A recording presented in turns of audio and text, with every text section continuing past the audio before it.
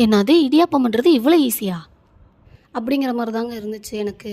எங்கள் வீட்லலாம் பச்சரிசிய ஊற வச்சு, அத மாவ அரைச்சு, அத இட்லிய ஊத்தி, அத எடுத்து அதுலயும் இடியாப்பம் செய்யறதுக்குன்னு ஒரு பெரிய குழா இருக்கு. அதில இட்லிய வச்சு மேல ஒருத்த, கீழ ஒருத்த புடிச்சுக்கணும்.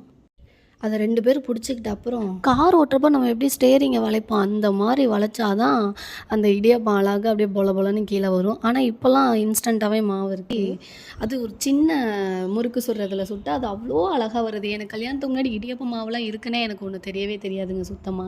இப்ப தான் கடைக்கு போய் இதெல்லாம் கேட்டா தான் இருக்குதுன்னு சொல்றாங்க. அது அவ்ளோ பூ போல சூப்பரா இருக்கும். ஆனா, இதுவும் பூ போல நல்லாருக்கு, நல்லா வருது. அதோட சாஃப்ட்னஸ் இதுகிட்ட இல்ல. ஆனா, நல்லா இருந்துச்சு. எவ்வளோ அழகா இருக்குன்னு பாருங்களேன்.